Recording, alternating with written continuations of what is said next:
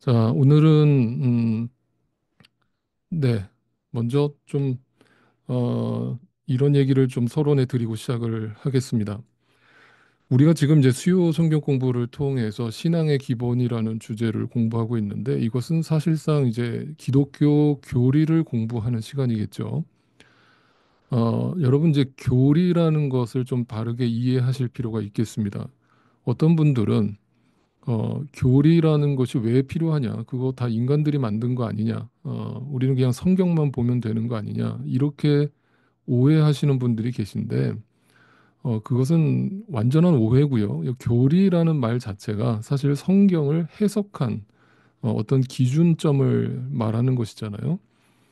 그래서 이제 기독교는 오랜 전통을 통해서 성경을 해석한 그 교리를 만들고 그 교리를 성도들이 학습하고 배워서 성경을 바르게 이해하도록 만든 것이죠. 그러니까 교리는 너무너무 중요한 것입니다. 그러니까 성경을 바르게 이해한다라는 말 자체가 교리를 바르게 이해했다라는 말과 같은 말입니다. 그런데 이제 오늘날 이 교회 안에 정통 교회 안에 문제점이 뭐냐면 소위 말하는 이 교리라는 말 자체가 이단들의 전유물이 돼 버렸어요. 여러분 오히려 이단을 한번 가보시면 가볼 필요는 없고요. 가면요, 이단들이 이 교리를 더 강조합니다. 근데 그 교리가 다 잘못된 교리예요. 제가 너무 안타까운 게 뭐냐면 오늘날 유튜브 안에 여러분들이 막 수십만 조회수가 나오는 그런 설교들 있지 않습니까? 설교를 들어보면 그 교리가 제대로 선포되지 않는 설교가 너무 많아요. 너무 많고 그 목사님 자체가 그 교리를 바르게 이해하고 계시지 않다라는 거를 저는 여러 분을 보거든요. 근데 그분의 설교를 수십만 명이 봐요. 너무 안타까운 거예요. 지금 이 교리가 무너지면서 성경 해석이 너무나 주관적으로 변하기 시작하면서 어떤 체험 위주로 신앙생활이 가기 시작하고 그래서 성경의 뼈대가 없어지면서 다 제멋대로 해석하는 거예요. 그러니까 이게 뭔가 성경을 많이 읽기는 읽으셨는데 성경이 막 지식이 이렇게 다 조각조각이에요. 그러니까 왜냐하면 하도 설교를 많이 들으셨어요. 그리고 성경도 많이 읽으셨어요. 근데 명확한 교리를 모르니까 뼈대가 없으니까 중구난방이에요. 네. 여러분 그렇게 신앙생활하면 절대 신앙이 잘하질 않습니다. 계속 제자리 걸음이에요. 그래서 교리는 너무너무 중요합니다. 교리는 성경을 바르게 해석하고 이해하는 열쇠와 같은 겁니다. 아시겠습니까? 그래서 따라서 여러분이 성경을 바르게 읽고 해석하고 적용하시기 위해서 가장 먼저 필요한 것이 성경적인 교리를 분명하게 이해하고 배우는 것입니다. 제가 지금 수요일 날 그걸 하고 있는 겁니다. 그러니까 여러분 이걸 반복해서 시청하시고 복습하시고 머리에 완전히 각인을 시키셔서 그리고 성경을 들여다보세요. 성경이 다르게 보일 거예요. 네. 자, 그만큼 이제 교리라는 것이 성경의 본질, 성경의 내용을 우리에게 질서 있게 가르쳐 주는 것이라는 것을 분명히 이해하시고 우리 함께하는 교회 모든 성도님들은 성경적인 교리 공부를 게을리하지 않으실 수 있기를 바랍니다. 저는 이것을 저희 교회 개척하면서부터 계속 강조를 해왔고 그래서 저희 교회에 오셨던 초창기에 있는 분들도 이단에 빠졌던 분들도 저희 교회 많이 오셨었고 그분들이 성경적인 바른 교리를 배우시고 나서 회복이 되시는 걸 저는 많이 봐왔습니다. 그분들이 뭘 자기가 잘못 이해하고 있었는지를 이제 하나하나 알아가기 시작하면서 신앙이 변하기 시작하는 거예요.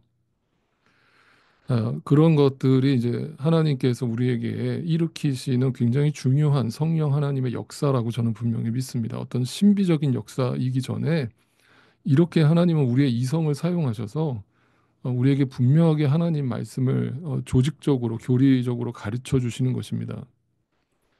자, 그런 의미에서 오늘 우리가 중요한 주제를 또 다루려고 합니다. 우리가 지난 2주 동안 성령님에 대해서 공부를 했는데 분명히 정리가 되셨으리라고 믿어 의심치 않습니다. 오늘은 이제 구원에 대한 교리를 공부를 해볼 겁니다. 아, 이제 이렇게 얘기하니까 또 어떤 분들은 너무 또 쉬운 주제네요. 다 아는 건데요. 이렇게 하실지 모르겠습니다. 저는 저희 교회 역시 이것을 지금까지 제가 수도 없이 강해했고 또 설교했고 가르쳤습니다. 그런데도 분명히 아직도 이 구원관이 흐릿하시고 명확하지 않으신 분들이 계실 거라고 생각이 들어요. 그래서 다시 한번 이것을 정리하는 시간을 가져볼까 하니까요. 여러분이 이런 걸 잘 또 따라와 주시고 들어봐 주시기를 바랍니다. 자, 먼저 이런 질문으로 시작을 해보겠습니다. 여러분은 왜 교회를 다니십니까? 무슨 시작부터 이렇게 황당한 질문을 하십니까? 목사님, 당연히 하나님을 믿으니까 교회를 다니죠. 네, 그 답이 맞는 말이죠. 그런데 좀 더 구체적으로 이 질문에 답을 하신다면 여러분 뭐라고 답해야 하시겠습니까? 그냥 단순히 하나님을 믿기 때문에 교회를 다니는 겁니까? 정확하게 표현하면 이렇게 대답하셔야죠. 네, 구원받기 위해서 교회 다닙니다. 아시겠습니까? 이게 정답이죠. 만약 여러분이 평생토록 교회를 다니시고도 구원을 받지 못하신다면 여러분 그거는 시간 낭비하신 거죠. 아시겠습니까? 그러니까 교회의 본질이 뭐냐? 구원입니다. 그래서 교회는 끊임없이 구원 초청을 통해서 구원받은 성도들이 함께 모여서 예배를 드리고 함께 모여서 공동체로서 하나님의 사랑으로 교제를 나누는 것이 교회의 본질입니다. 그리고 그 복음을 우리끼리만 누리는 것이 아니라 땅 끝까지 그 복음의 본질, 구원에 이르지 못한 자들에게 복음을 선포하면서 살아가는 것이 교회의 본질입니다. 이건 제가 또 뒤에 교회의 교회론에 대해서 다시 제가 또 강의를 할 테니까 그게 교회입니다. 그러니까 교회는 구원받기 위해서 다니는 거예요. 교회는 결코 사교 모임이 아니죠. 네. 그냥 사람 만나려고 오시는 거 아니죠. 그렇다면 여러분께 또 여쭤보겠습니다. 여러분은 그렇다면 구원 받으셨습니까? 자, 이 역시 황당한 질문입니까? 목사님 뭘 당연한 걸 물으십니까? 구원 안 받았는데 어떻게 교회를 다닙니까? 여러분, 그런데 놀라운 사실을 아십니까? 설문조사를 했는데 오늘날 교회, 현대 교회의 통계에 의하면 오늘날 교회 안에 신자 중에 무려 30% 가까이가 구원의 확신이 없는 상태로 교회를 다닌다는 설문조사 결과가 나왔어요. 충격적이지 않습니까? 교회를 매주 빠지지 않고 나오는데 자기 마음속에 구원의 확신이 없는 채로 예배를 드리고 있는 겁니다. 그리고 봉사를 하는 겁니다. 여러분, 그렇게 평생 교회를 다니면 교회를 왜 나오시는 거예요? 그러니까 근본적으로 구원에 내가 받지 않았는데 구원에 대해서 알지도 못하면서 교회를 나오는 것이 의미가 없다는 얘기죠. 물론 이런 건 있습니다. 교회 안에 들어왔지만 아직까지 구원의 확신이 들지 않으실 수는 있습니다. 그건 아직 하나님의 때가 이르지 않았기 때문이에요. 네, 그것에 대해서 여러분이 조급함을 가질 이유가 하나도 없습니다. 교회 안에 들어왔다는 것 자체도 우연은 결코 아닙니다. 네, 분명히 하나님의 때가 있으리라고 저는 믿습니다. 그럴 때 하나님께서 구원의 마음을 믿음을 주신다면 네, 그때가 하나님의 정확한 때입니다. 여러분이 노력해서 얻어질 수 있는 것은 아니니까요. 자, 그래서 이 질문을 갖다가 조금 다른 말로 바꿔서 다시 질문을 해본다면 네, 이걸 이렇게 바꿔볼게요. 여러분은 예수님을 믿으십니까? 이렇게 질문을 바꿔볼게요. 그렇다면 이거는 분명히 대답하실 분들이 많으실 거라고 저는 생각해요. 어, 자, 그런데도 불구하고 이 질문에조차 확실하게 답을 못 하시는 분들이 계시다면, 네, 아까 말씀드린 것처럼, 네, 조급해하지 마시고, 기다리시고, 성경을 공부하시고, 성경을 읽으십시오. 그리고 성경을 통해서 내 믿음의 현 주소를 확인하시고, 네, 절대 믿는 척하지 마시고, 네, 신용하지 마시고 아는 척하지 마시고 그냥 하나님 앞에 백지 상태로 네, 있는 모습 그대로 나오십시오. 하나님은 그 영혼을 기뻐하십니다. 그리고 알려주십니다. 자기 자신을 하나님이 적극적으로 계시하실 것입니다. 자, 그래서 그런데 교회를 오랫동안 다녔는데 예수님은 분명히 믿는다고 입술로는 고백하시는데 정확하게 구원을 받았는지 안 받았는지 종종 헷갈립니다라고 대답하시는 분들도 제가 여러 봤어요. 그 이유는 뭐냐? 이거예요. 분명히 예수님을 믿어요. 예수님을 사랑한다는 고백이 있어요. 그런데 여러분 안에 아까 말씀드린 대로 교리적으로 성경이 말하는 구원관에 대해서 정확하게 확립이 되어 있지 않은 상태에 있는 분들이 있어요. 그분들은 예수를 믿는다고 하는데 그 말이 되게 추상적으로 믿는 거예요. 막연하게 믿는 거예요. 네, 저 구름 위에 어딘가에 계시는 하나님을 그냥 막연하게 믿는다고 생각하는 거예요. 그래서 이 말 들으면 이쪽으로 흔들리고 저 말 들으면 저쪽으로 흔들리는 네, 바람에 나는 겨와 같은 신앙생활을 하는 거예요. 시냇가에 심은 나무같이 견고함이 없는 거예요. 흔들림이 없어야 되는데 자꾸 믿음이 흔들리는 거예요. 그 이유는 하나예요. 네, 그 성경이 말하는 구원에 대해서 정확하게 이해를 못하고 있기 때문이에요. 근데 우선 그렇다면 이제부터 설명을 드릴 텐데요. 이렇게 말씀을 드리고 시작을 할게요. 여러분, 구원은요. 여러분이 생각하시는 것처럼 성경이 말하는 구원은요. 결코 간단하고 단순하지 않습니다. 그냥 저 지하철역에서 어, 전도자가 예수 천당 불신 지옥으로 해결될 수 있는 게 믿음이 아닙니다. 그렇다면 성경이 이렇게 두껍게 쓰여질 리가 없습니다. 그리고 구원은요. 한순간에 끝나는 것도 아닙니다. 구원은요. 우리의 전 인생을 통해서 전 생애를 통해서 이루어지는 아주 긴 과정입니다. 그래서 정확하게 말씀드리면 우리는 구원이 아직 완성된 것이 아닙니다. 아직도 우리는 그 구원의 과정 중에 있는 것입니다. 자, 이것에 대해서 성경을 보죠. 빌립보서 말씀을 먼저 찾아보겠습니다. 빌립보서 2장 12절로 가봅니다. 빌립보서 2장 12절을 보세요. 그러므로 사랑하는 여러분, 여러분이 언제나 순종한 것처럼 내가 함께 있을 때뿐만이 아니라 지금과 같이 내가 없을 때에도 더욱더 순종하여서 어떻게 하라고요? 두렵고 떨리는 마음으로 자기의 구원을 이루어 나가라. 이렇게 이야기합니다. 자, 여러분 이 말씀은 누가 누구한테 한 말일까요? 빌립보서. 네, 사도 바울이 썼죠. 사도 바울이 옥중에서 썼습니다. 사도 바울이 빌립보 교인들에게 보낸 편지의 내용이죠. 그러니까 이 말을 듣고 있는 사람들은 전부 다 교회를 다니는 사람들이었죠. 예수님을 믿는다고 말하는 사람들이었죠. 그죠? 그렇다면 믿으면 구원받았고 완성되었다고 말하면서 바울은 왜 교인들한테 믿는 자들한테 그 구원이 마치 아직 완성되지 않은 것처럼 이루어 나가라고 말하고 있을까요? 자, 이 말의 의미를 오해하지 않고 잘 들으셔야 됩니다. 여러분, 우리는요, 예수 그리스도를 통해서 구원을 받았습니다. 맞죠? 네, 맞습니다. 우리는 예수 그리스도를 통해서 구원을 받았습니다. 그러나 아직 그 구원이 완성된 것은 아닙니다.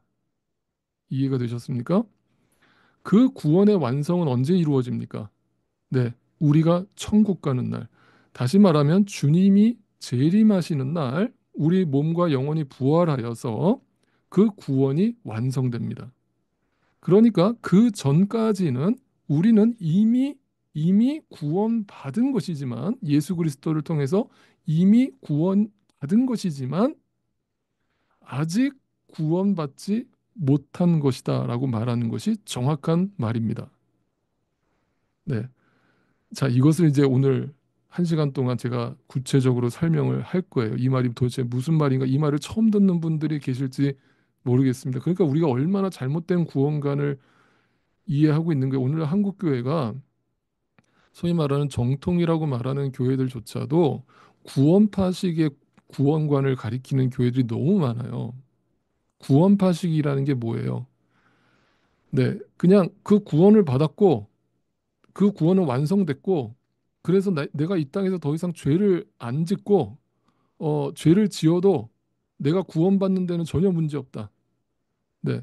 이렇게 주장을 하면서 어, 소위 말하는 성화의 과정을 무시하는 거예요. 네. 그냥 구원이 끝났다. 예수 그리스도를 통해서 완성됐다라고 주장을 하는 거죠. 이게 이제 이단적 교리입니다. 근데 정통교회 안에서도 이렇게 믿는 분들이 꽤 많아요. 자, 이것을 천천히 상세히 설명을 드릴 테니까 잘 따라오시기 바랍니다. 제가 방금 말씀드린 교리를 신학적으로 뭐라고 부르냐 하면요. 혹시 이런 얘기 들어보셨을지 모르겠습니다. 우리 교인들은 많이 들어보셨을 거예요. 이미, 그러나 아직. 영어로는 already, 그다음 not yet입니다. not yet. 자, 우리가 보통 예수 그리스도를 구세주로 영접하면 구원을 받았다라고 표현을 합니다. 네, 정확히 맞는 말이죠. 그러나 분명히 우리가 알아야 될 사실 한 가지가 더 있는데 그것은 구원은 전 생애에 걸쳐서 진행되는 긴 과정이라고 말씀드렸습니다. 그러므로 아직 그 구원이 완성되었다라고는 말할 수 없는 것입니다. 아시겠습니까? 그러니까 구원파식으로 구원관을 가지면 안 된다는 것입니다. 네, 잘못된 이단적 사상이라는 것입니다. 자, 이것에 대해서 이제부터 설명을 드리겠습니다. 이것을 갖다가 신학적인 용어로 구원의 서정이라고 합니다. 구원의 서정. 이것은 상식적으로 우리가 잘 알고 계시기 바랍니다. 이것도 제가 네, 10년 동안 수도 없이 얘기했던 얘기입니다. 다시 한번 정리하십시오. 구원을 잘 설명해 주는 단어입니다. 구원의 서정 또는 구원의 여정, 과정 또는 구원의 순서라고 표현합니다.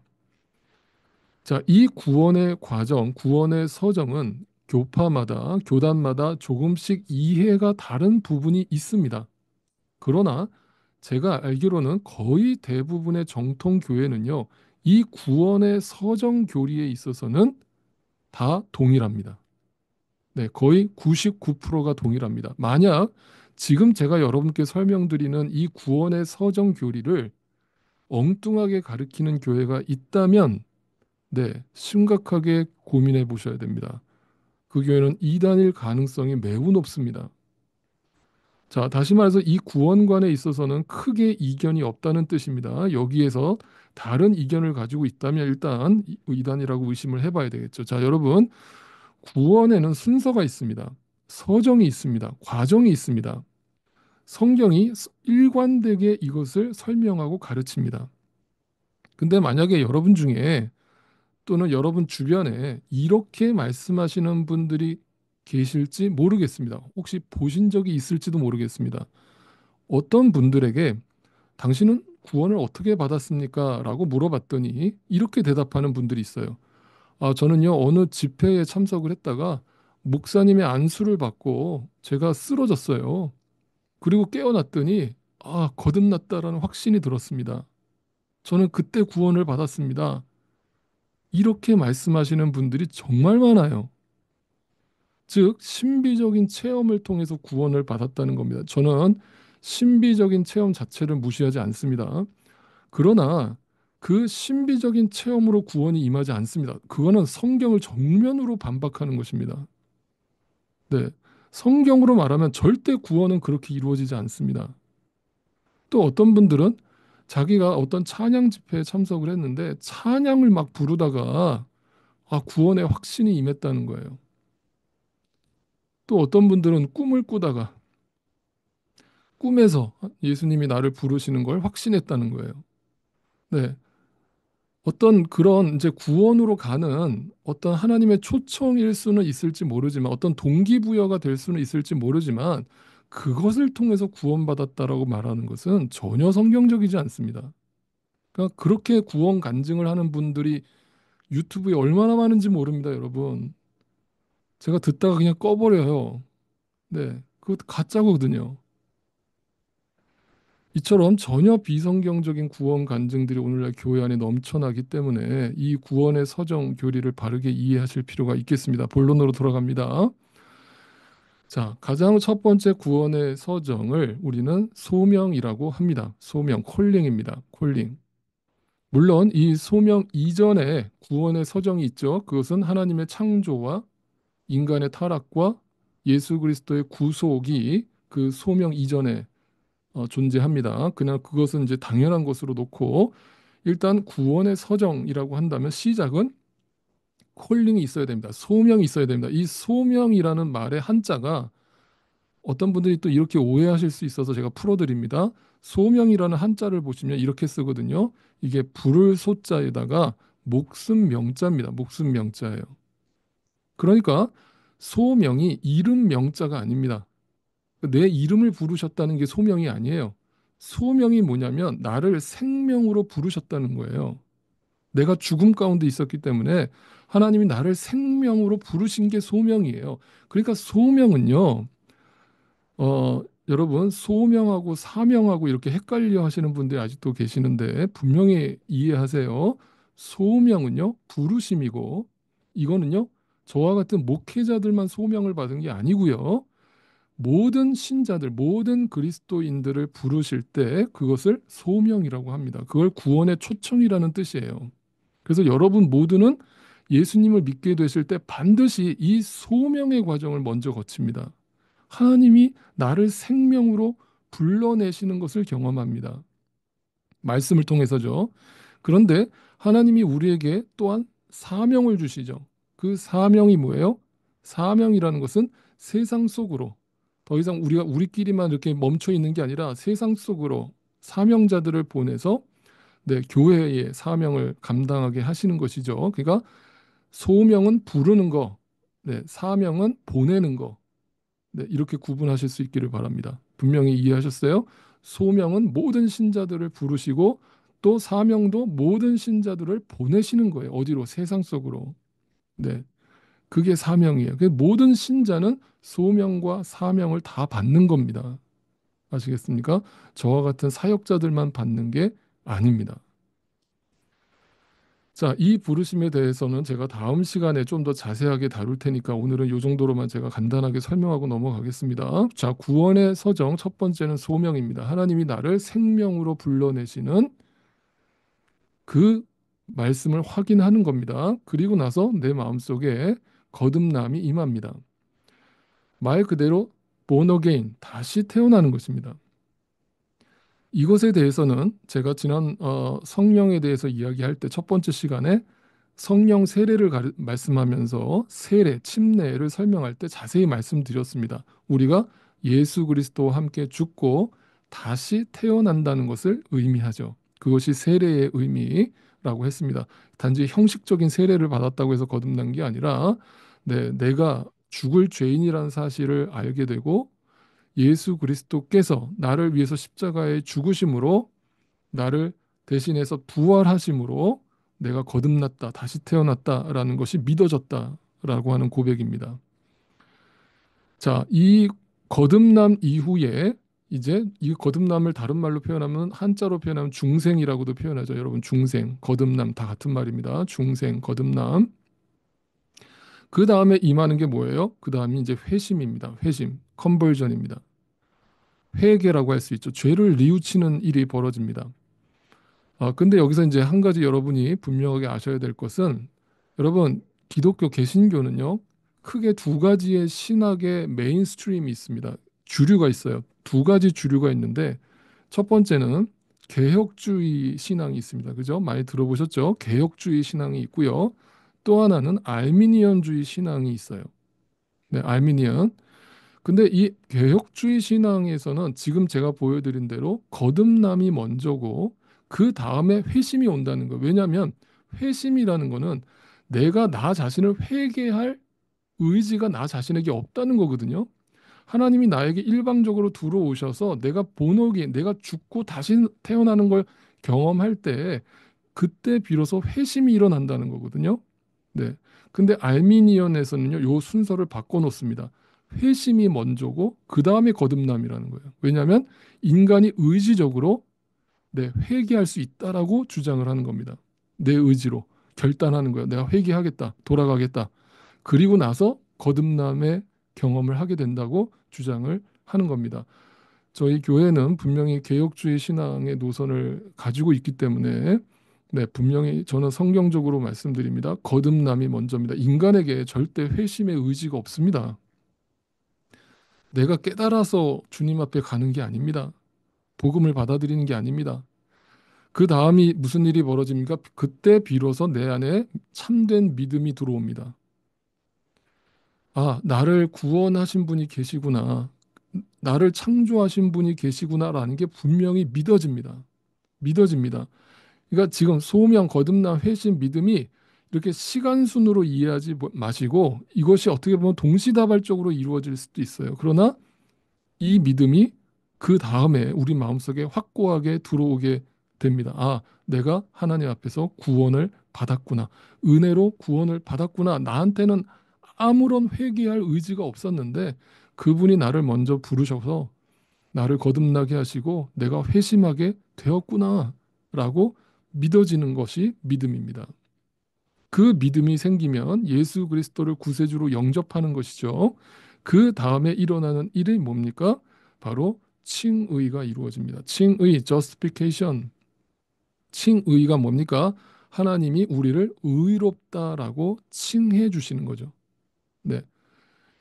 내가 의로워지는 게 아니라 내가 율법을 잘 지켜서 내가 신앙생활을 열심히 해서 의로워지는 게 아니라 그 믿음이 선물로 주어졌기 때문에 네, 하나님이 나를 의롭다라고 칭해 주시는 거예요. 아, 이제 너는 구원받았다라고 인쳐 주시는 겁니다. 그때 무슨 일이 벌어집니까? 그 다음이 내가 양자 되었음을 확인합니다. 하나님의 God's children이 되었다라는 것을 내가 믿어지게 됩니다. 하나님의 자녀, 하나님의 백성이 되었다라는 것이 믿어져요. 그게 양자예요. 또는 수양이라고도 표현합니다. 하나님의 자녀가 되었다는 것을 분명히 믿는 것이죠. 자, 여기까지가 구원을 받는 것입니다. 구원을 받았다. 네, 이미 already 이미 구원을 받았다. 예수 그리스도를 통해서 예수 그리스도의 십자가 사건을 통해서 부활을 통해서 은혜로 선물로 이 구원이 나에게 왔다. 믿어졌다. 과거 완료형입니다. 그런데 그 다음이 일어나는 과정이 뭐예요? 그 다음에 일어나는 것이 바로 네, 성화입니다. sanctification입니다. 이제 하나님의 백성, 하나님의 자녀가 되었으니까 이제 어떻게 살아야 돼요? 어떻게 살아야 돼요? 이제 하나님의 자녀답게 살아야 되죠. 그죠? 합당하게 살아갈 열매가 우리에게 반드시 주어집니다. 그것이 다른 말로 하면 거룩이죠. 거룩한 삶을 살아가게 됩니다. 더 이상 세상에 살던 옛 습관을 버려버리고 옛 사람을 벗어버리고 새 사람을 입어서 새 사람의 습관과 새 사람의 방식을 쫓아서 살아가게 됩니다. 그 사람은 어떤 삶을 살까요? 네, 말씀에 집중하죠. 말씀에 집중하면서 그 말씀을 쫓아 살아가는 거룩한 삶을 지향하게 되는 것이죠. 그러나 이것도 우리의 노력으로 열매를 맺는 게 아닙니다. 우리가 이렇게 성화가 되기 위해서 노력해서 결과를 얻어내는 것이 아니라 우리 안에 계신 성령 하나님께서 어떻게 하신다? 우리가 거룩해져 가도록 우리를 견인하십니다. 견인하신다. 이 견인을 영어로 보시면 뭐라고 되어 있습니까? perseverance라고 되어 있는데 이게 무슨 뜻이냐면 정확하게 하면 인내, 참을성 또는 악착같이 이런 뜻입니다. 네, 이게 무슨 말이냐면 우리가 인내해서 가는 게 아니라 누가 인내하신다는 거 제가 지난 주일날 설교한 내용과 동일합니다. 우리 안에 계신 성령 하나님께서 우리로 하여금 오래 참으신다. 오래 참으신다. 네, 참으시고 인내하셔서 악착같이 그러니까 우리를 포기하고 싶다가도 하나님이 악착같이 성령 하나님이 우리를 끌고 가신다. 멱살을 잡고 끌고 가신다. 우리가 노력해서 이 성화의 열매를 맺을 수 있는 게 아니다. 네, 하나님의 오래 참아주심으로 우리를 견인하심으로 우리가 구원의 완성에 이르게 된다. 네, 이것이 구원의 서정입니다. 그러면 그 마지막을 어디로 끌고 가시는 거예요? 성령 하나님이 견인하셔서 어디로 끌고 가시겠어요? 그 마지막이 영화의 과정으로 우리를 끌고 가시는 겁니다. 글로리피케이션, 영광. 그 영광이 뭐예요? 하나님의 임재, 하나님 나라. 그 하나님 나라의 백성으로 내가 영원히 하나님과 하나가 되어서 하나님을 찬양하면서 살게 되는 것이죠. 그것이 천국이고 하나님 나라고, 네, 그것이 우리가 가야 할 마지막 곳입니다. 그죠? 그래서 우리는 이 과정 중에서 끊임없이 포기하고 싶고 실패하고 두렵고 절망하고 또 딴짓하고 곁길로 새고 온갖 별짓을 다 하지만 정말 구원받은 소명을 받은 자라면 성령 하나님께서 이 모든 과정을 구원의 서정을 완성하신다. 그 사람을 구원받은 자라고 성경이 말하고 있는 것입니다. 이것을 이제 마지막 영화를 다른 말로 영생이라고도 하는 것이죠. 영생. 자, 그래서 이렇게 지금 되게 여러 개를 쓰여주니까 너무 복잡하죠. 그래서 우리가 흔히 이것을 요약해서 설명하는 세 가지가 있죠. 여기서 세 가지, 중요한 세 가지가 있습니다. 뭐예요? 그것을 네, 칭의, 성화, 네, 영화 이 과정만 여러분이 분명하게 기억하시면 되는 겁니다. 여러분 칭의는 뭐라고 그랬어요? 구원을 받은 거죠. 구원을 받은 겁니다. 은혜로 구원을 받았습니다. 과거예요. 과거 완료형입니다. 나는 예수 그리스도를 통해서 은혜로 선물로 구원을 받았습니다. 그런데 성화는 뭐예요? 현재형이죠. 현재 진행형입니다. 네, 내가 거룩해져 가는 삶을 살아가도록 내 안에 계신 성령 하나님께서 나를 끌고 가시는 거예요. 네, 열매를 맺게 하시는 거예요. 네, 말씀으로 살도록 만드시는 거예요. 옛 습관을 버리도록 만드시는 겁니다.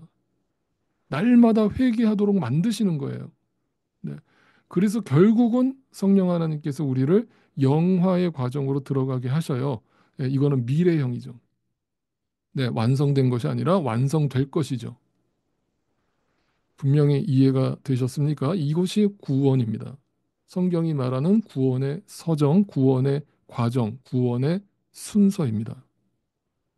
자, 이제부터 이 내용을 뒷받침해주는 성경 구절을 하나하나 찾아보도록 하겠습니다. 먼저 칭의에 대해서 한번 찾아보죠. 로마서 5장으로 갑니다. 로마서 5장 1절입니다. 그러므로 우리는 믿음으로 의롭다 하심을 받았으므로, 자, 너무 유명한 구절이 나왔습니다. 이거 다 암송하고 계시죠? 믿음으로 의롭다 하심을 받았습니다. 이거를 신학적인 용어로 뭐라고 합니까? 뭐라고 해요? 네, 이신칭의라고 합니다. 이신칭의. 이 신이 뭐예요?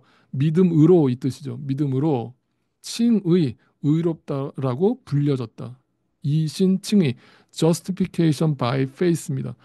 그래서 믿음으로 의롭다 하심을 받았다라는 것이 기독교의 핵심 교리요 구원관의 핵심 키입니다.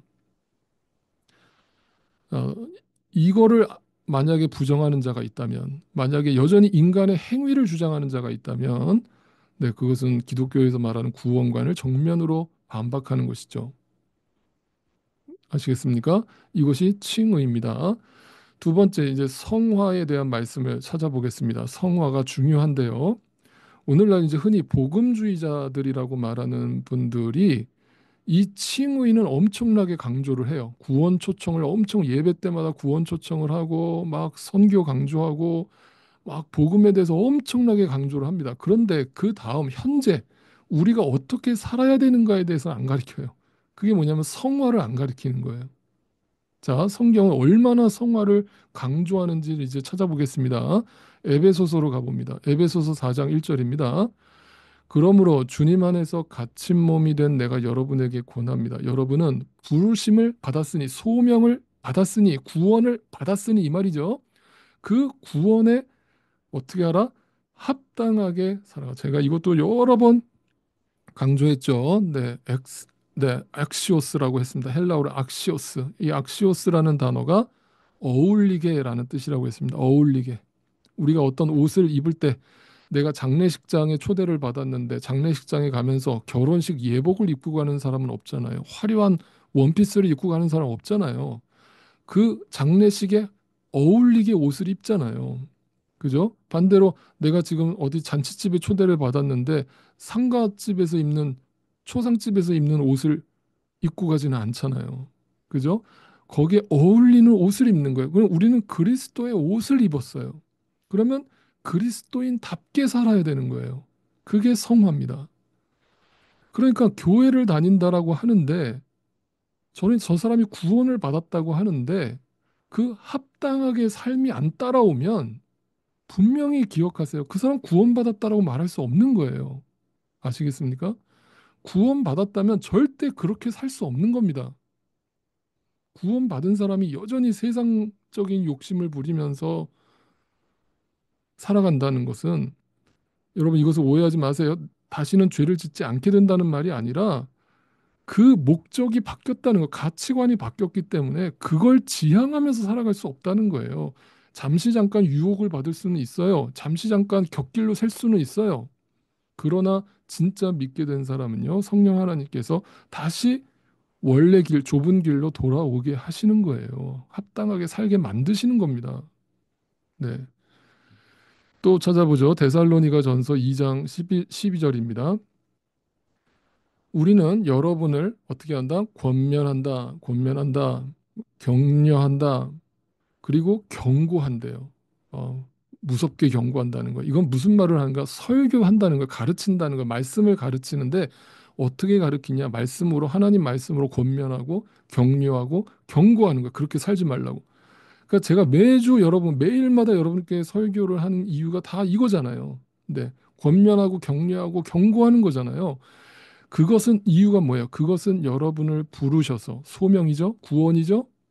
당신의 나라와 영광에 이르게 하시는 하나님께 합당하게 살아가게 하려는 것입니다. 성화의 과정으로 살아가게 하시려고 목회자들이나 하나님의 사람들을 부르셔서 하나님이 끊임없이 우리를 권면하시고 격려하시고 경고하신다는 거예요. 네, 이게 성령 하나님의 음성이에요. 그러니까 부디 바라옵기는 여러분 설교를 들으실 때 인간 유형선을 바라보지 마십시오. 여러분 저는 아무것도 아닙니다. 제 안에 여러분을 저를 통해서 여러분에게 말씀하시는 그 하나님의 말씀을 들으셔야 됩니다. 아시겠습니까? 그러니까 제 말을 사람의 말로 받지 마시고 하나님의 말씀으로 들을 때 여러분 안에 그런 열매가 맺혀지게 될 줄로 분명히 믿습니다. 또 살펴봅니다. 데살로니가전서 4장 7절입니다. 성경에서 얼마나 이 성화를 강조하는지를 보십시오. 하나님께서 우리를 불러주신 것은 구원하신 것은 더러움에 빠져 살게 하시려는 것이 아니라 더 이상 그 세상을 쫓아 살지 못하도록 하시고 어떻게 하신다고요? 거룩함, 성화입니다. 성화에 이르게 하시려는 거예요. 그게 목적이에요. 우리를 영화의 과정으로 끌고 가시는 겁니다. 구원의 완성으로 끌고 가시는 거예요. 네. 그게 이 땅에 주어진 삶입니다. 그게 크리스찬들의 삶이에요. 남은 인생입니다. 제발 멱살을 붙잡으실 때 끌려오세요. 버티지 마시고요. 이왕 붙잡혔잖아요. 왜 자꾸 뒤를 돌아보세요? 자, 야고보서 2장에서는 아주 쐐기를 박으면서 말씀을 전합니다. 야고보서 2장 17절입니다. 이와 같이 믿음에 행함이 따르지 않으면 믿는다고 이신 칭의의 교리에 의해서 내가 분명히 믿어졌다라고 고백하는 사람의 삶에 성화, 거룩한 행함이 따르지 않는다면 그 사람의 믿음은 가짜라는 거예요. 구원은 가짜라는 겁니다. 결코 열매가 따르지 않는 구원이란 있을 수 없다는 거예요. 제가 늘 말씀드리는 거죠. 반드시 변화가 일어난다고요.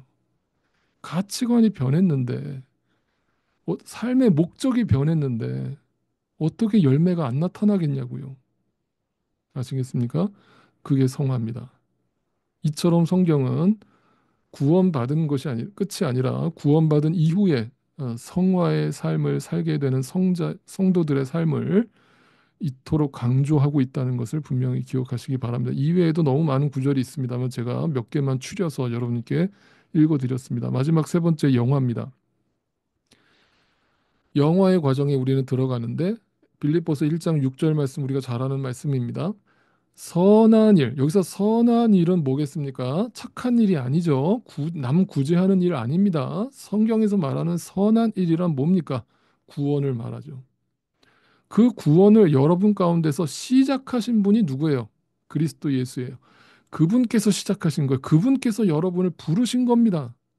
여러분이 결단해서 나온 게 아니에요. 그분께서 그리스도 예수의 날까지 언제까지입니까? 재림하시는 날. 우리가 천국 가는 날이죠. 그날까지 그 일을 뭐 한다? 완성하신다. 완성하신다. 하시리라고 나는 확신합니다. 아직은 완성되지 않았다 이 말이죠. 네. 그분께서 완성하실 날. 내가 하는 게 아닙니다. 내가 완성하는 게 아니에요. 내가 성화되는 게 아닙니다. 그분께서 내 안에 계신 성령 하나님께서 나를 완성하실 것이라는 믿음이 있는 거예요. 그게 영화예요. 영화예요. 그 자가 구원받은 확신이 임할 때 내일이 두렵겠냐고요. 죽음이 두렵겠냐고요. 그분이 나를 이끌고 계시다는 게 믿어지는데 아시겠습니까? 거기에서 이제 자유함이 임하게 되는 겁니다. 자, 계속 보죠. 영화 또 빌립보서 3장 21절을 보세요. 그분은 만물을 복종시킬 수 있는 권능으로 우리의 비천한 몸을 변화시켜서 성화시켜서 자기의 영광스러운 몸과 같은 모습이 되게 하실 것입니다. 네, 영화에. 네, 누가 그분이 내가 하는 게 아닙니다. 그분이 나를 멱살을 잡고 끌고 가실 거라는 거예요. 베드로처럼, 네, 바울처럼 끌고 가실 거라는 겁니다. 로마서 8장 30절을 또 봅니다. 그리하여 하나님께서는 이미 정하신 사람들을 부르셨고 구원하셨고 또한 부르신 사람들을 의롭게 하셨고 칭의 의롭게 하셨고 의롭게 하신 사람들을 영화롭게 하셨습니다. 자, 여기서 중요한 것은 모두 다 과거 시제로 기록하고 있습니다. 영화롭게 할 것입니다. 이렇게 쓰지 않고 헷갈리게 과거 시제로 썼어요. 이게 무슨 의미냐면 하나님의 구원의 계획은요, 구속사는요, 그리스도의 재림 시에 궁극적으로 완성될 것이지만 이미 하나님의 예정 가운데, 계획 가운데 확고하게 그 계획이 세워져 있음을 표현하는 구절입니다. 아시겠습니까? 한마디로 우리의 노력으로 완성되는 것이 아니라 철저하게 하나님의 은혜로 되어지는 것이 구원이라는 것을 지금 사도 바울이 설명하고 있는 것이죠. 그래서 바울이 에베소서에서도 에베소 교인들에게 구원을 설명하면서 구원은 너희에게서 난 것이 아니요 이렇게 말했죠. 너희에게서 난 것이 아니요 하나님의 선물이라고 표현한 것입니다. 네, 당시에 선물이라고 하는 개념은 오늘날처럼 주고받는 개념이 아니었습니다. 당시 선물의 개념은 어떤 권위자가 아랫사람에게 일방적으로 하사하는 것이 선물이었어요. 네, 주고받는 게 아닙니다. 자, 그렇다면 이제 여러분한테 질문을 던지겠습니다. 대답해 보십시오. 그렇다면 우리는 지금 현재 이 구원의 여정, 구원의 서정 중에서 어느 과정에 있는 겁니까? 칭의 과정에 있습니까? 성화의 과정에 있습니까? 영화의 과정에 있습니까? 네, 성화의 과정에 있는 거죠. 분명히 이해하셨죠? 지금 우리는 모두가 성화의 과정 중에 있는 겁니다. 자, 이것을 이렇게 비유하겠습니다. 여러분, 2차 세계대전 당시에 연합군이 그 독일군에게 승리했던 과정을 살펴보면요. 크게 두 가지로 이루어짐을 볼 수가 있습니다. 첫 번째 과정 단계는 연합군이 제일 처음에 어디로 침투를 합니까? 네, 노르망디 상륙 작전을 펼치죠. 그 노르망디 상륙 작전을 우리가 흔히 그날을 뭐라고 부릅니까? 그때 작전명이 있었죠. 작전명이 네, D-Day였습니다. D-Day. 이 D-Day가 무슨 뜻입니까? 앞에 D자가 네, Decision Day입니다. Decision Day. 그러니까 결판의 날. 네, 결판의 날이라는 뜻입니다. 결판의 날. 자, 노르망디 상륙 작전을 계획하고 실행했을 때, 그죠? 그 결정을 했을 때 이미 성공을 했죠.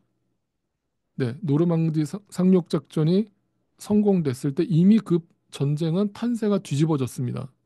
그런데 아직 전쟁이 끝났어요, 안 끝났어요? 전쟁이 끝나지 않았죠. 그래서 마지막 연합군이 당시 독일의 수도였던 그 베를린을 공격하여서 함락시켰을 때 비로소 2차 세계대전이 종전이 되었죠. 그 날을 우리가 무슨 날로 부릅니까? 네, 그날 승리의 날.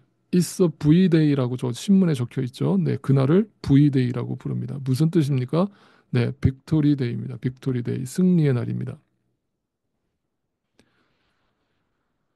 자, 그러니까 D-Day 이후에 이미 전세는 뒤집어졌고 승기를 잡았지만 아직 최종 승리는 거두지 못했기 때문에 V-Day까지는 우리 연합군에게 주어진 싸움은 뭐예요? 독일군과 V-Day가 올 때까지 계속 싸워야 되는 의무가 과제가 남아 있죠.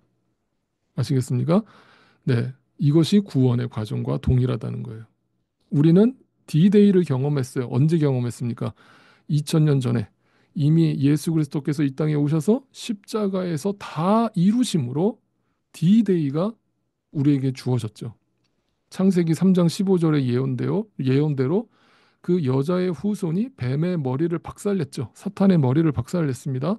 그리고 그 뱀은 고작 여자의 후손의 발꿈치를 상하게 하는 정도로 끝이 난 것이 십자가 사건이에요. 왜냐하면 그분이 죽음으로 다시 부활하셨기 때문이죠. 자, 이렇게 십자가에서 부활로 승리를 선포하셨지만 아직 최종 승리의 날이 오지 않았죠. 우리는 그때까지 뭐 해야 되는 겁니까? 연합군들처럼 네, 그 독일군과 계속 싸워야 되는 전쟁이 우리에게 남아 있는 겁니다. 우리는 그때까지 발악하고 있는 사탄의 무리와 영적 전쟁을 계속 해야 되는 겁니다. 그러다가 마지막 날 주님이 다시 오실 때 사탄은 그날 V-Day에 완전히 괴멸될 것이고 그때 비로소 최후 승리가 이루어질 것입니다. 그때까지 우리는 이미 구원을 받았지만 끊임없이 내 안에 살아있는 그 죄의 유혹과 시험과 맞서 싸워야 하는 것입니다. 피 흘리기까지 싸워야 합니다. 만약 신자가 그 영적 전쟁을 피하고 게을리 한다면 네, 신자라고 할 수 없겠죠. 이것이 바로 현재 우리가 살아가고 있는 성화의 삶인 것이죠. 성화란 다른 말로 거룩이라고 했습니다. 거룩은 이 세상과 분리되는 것이 아니라 구별되는 것입니다. 분리되는 것과 구별되는 것의 차이를 분명히 이해하시기 바랍니다. 우리는 세상과 구별된 삶을 살아가므로 이 세상 한복판에 이 세상 한복판에 살면서 이 영적 전쟁에서 날마다 싸워야 하는 것입니다. 자, 정리해서 말씀드립니다. 우리가 예수님을 구세주로 영접했다고 해서 우리의 육신의 죄까지 모두 사라진 것은 아닙니다. 우리는 여전히 연약하고 우리는 여전히 죄인입니다. 그러나 우리는 나를 이미 구원하신 그 주님의 은혜 속에서 나에게 주어진 말씀과 성령 하나님의 도우심 속에서 이 영적 전쟁을 이길 수 있는 힘과 능력을 공급받습니다. 그분이 우리로 하여금 이기게 하십니다. 내가 이기는 게 아니에요. 그분이 이기게 하십니다. 그분이 나를 영화의 단계로 끌고 가시는 것입니다. 네, 이것을 분명하게 인식하실 수 있기를 바랍니다. 그래서 칼빈은 이렇게 말했어요. 구원은 단회적이지만 그리고 한 번 받은 구원은 절대 취소되지 않지만 회개는 반복적으로 이루어져야 한다. 네, 죽을 때까지. 네, 우리 육신의 삶이 연약하기 때문입니다. 그래서 회심의 연속성을 말하고 있는 것입니다. 그러니까 난 구원받았으니까 더 이상 죄를 짓지 않는다라고 말하는 사람은 자기를 기만하는 것이고 자기를 속이는 것이고 성경이 말하는 구원관을 전혀 이해하지 못하고 있는 것입니다. 자, 그래서 그 다음으로 우리가 생각해 볼 것은 이 성화의 주체 대상이 누구냐 하는 것입니다. 우리는 도대체 성화의 삶을 사는데 누구를 본으로 삼아서 그 성화의 삶을 살아가야 되느냐? 누구를 닮아가야 되느냐? 답은 뭡니까? 당연히 예수 그리스도죠. 자, 성화의 목표는 예수 그리스도입니다. 로마서 8장 29절을 봅니다. 하나님께서 미리 아신 사람들을 택하셔서 자기 아들의 형상과 같은 모습이 되도록 미리 정하셨으니 이것은 그 아들이 많은 형제 가운데서 맏아들이 되게 하시려는 것입니다. 네, 자기 아들의 형상과 같은 모습이 되도록 네, 우리 성화의 목표가 예수 그리스도를 닮도록 그렇게 만들어 놓으셨다는 거예요. 네, 그게 성화입니다. 우리는 다 예수 그리스도를 닮아가야 되는 목표를 갖고 있습니다. 베드로전서 2장 21절. 바로 이것을 위하여 여러분은 부르심을 받았습니다. 그리스도께서는 여러분을 위하여 고난을 당하심으로써 여러분이 자기의 발자취를 따르게 하시려고 자기가 십자가의 길을 가시는 것을 보여주신 이유가 뭐예요? 너희도 나처럼 자기를 부인하고 자기 십자가를 지고 나를 따르라. 나를 닮아라. 네. 예수님이 세상의 권력을 탐하셨습니까? 예수님이 세상의 부를 부러워하셨습니까? 예수님이 이 땅에서 잘 먹고 잘 살기 위해서 애쓰셨습니까? 아니. 여러분에게 돈을 남겨놓으셨어요. 이렇게 살라고. 너희도 나를 따르라고. 같이 죽자고.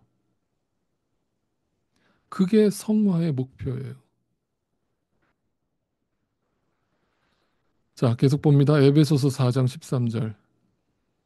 그리하여 우리 모두가 하나님의 아들을 믿는 일과 아는 일에 하나가 되고 아는 일, 성경을 아는 겁니다. 말씀을 아는 거예요. 교리입니다.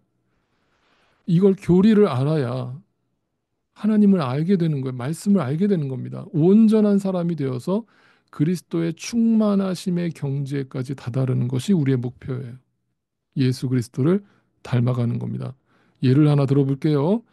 어떤 사람이 고아원에서 한 아이를 입양했습니다. 그때까지는 그 아이의 어떤 조건도 중요하지 않았어요. 오직 자신의 선택만이 중요했죠.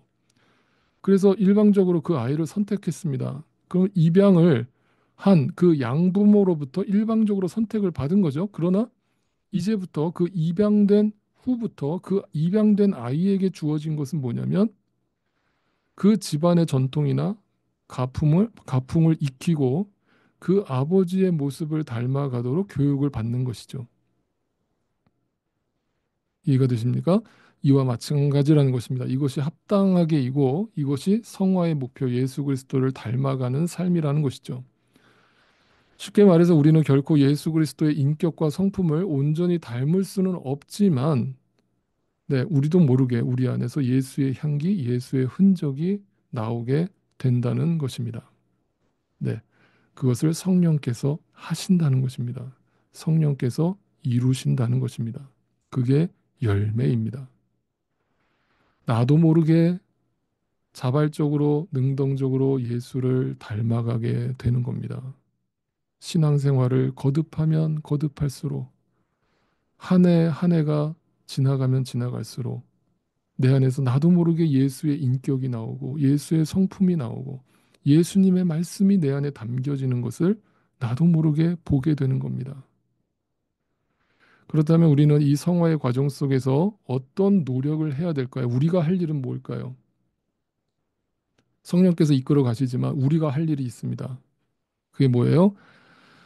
네, 성화의 자세, 말씀과 기도입니다. 말씀과 기도. 제가 늘 강조하는 거. 여러분, 신앙생활은 말씀과 기도가 전부입니다. 말씀과 기도밖에 없습니다. 여러분, 부부가 함께 오래 살다 보면 어느 순간 자기도 모르게 서로 닮아가는 거 보시죠? 네, 마찬가지입니다. 예수님과 함께 산다고 말하면서 어떻게 그분을 안 닮아갈 수 있어요? 그리고 그분과 닮아가려면 그분과 대화를 해야 될 거 아니에요. 그게 뭐예요? 말씀을 읽고 묵상하고 기도로서 그분과 소통하는 거예요. 그러다 보면 그분을 닮아가는 겁니다. 네, 그 말씀을 쫓아가는 겁니다. 그 기도를 통해서 주님의 뜻을 알아가는 겁니다. 근데 신자라고 하면서 말씀과 기도를 전혀 드리지 않는다면 그 사람이 어떻게 예수를 닮아가겠습니까? 입으로만? 아니죠. 아니죠. 여러분이 성화의 삶을 살아가고 있는 신자의 자세를 갖고 있는지 다시 한번 돌아보십시오. 그냥 형식적으로 말씀과 기도를 드리고 있지는 않는지, 그 말씀과 기도가 아니고서는 그 예수를 닮아갈 수 있는 통로가 없어요. 자기가 만들어낸 임의의 추상적인 그런 엉뚱한 신을 닮아가거나 자기를 우상해 버리고 말겠죠. 네, 그래서 근데 어떤 분들을 가만히 보면 이런 이 밸런스가 맞춰져 있지 않는 분들을 봅니다. 말씀은 엄청 열심히 공부하세요. 말씀은 막 달달달 외우고 다니세요. 그런데 기도는 전혀 안 해요. 아, 자기는 기도의 은사를 받지 않았대요. 말도 안 되는 소리예요. 그 가짜입니다. 반대로 또 어떤 분들은 또 기도를 엄청 열심히 해요. 막 방언으로 기도하고 막 철야하고 막 하루에도 몇 시간씩 기도를 해요. 근데 성경을 전혀 몰라요. 가짜예요. 제가 분명히 말씀드립니다. 가짜예요. 이 말씀과 기도의 밸런스를 맞추세요. 디모데 전서를 보세요.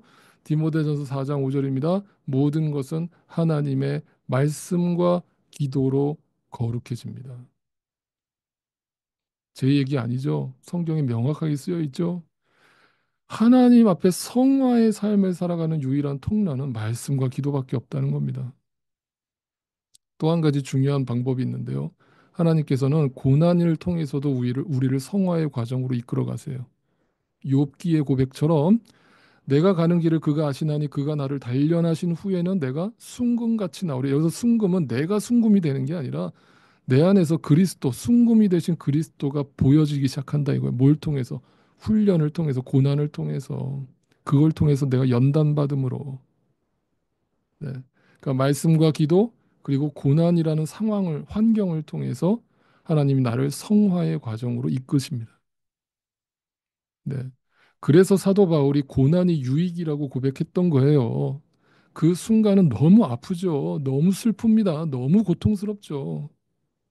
그런데 그것을 통해서 내가 하나님 절대 의존적 존재로 나아가고 있다는 사실을 아셔야 돼요.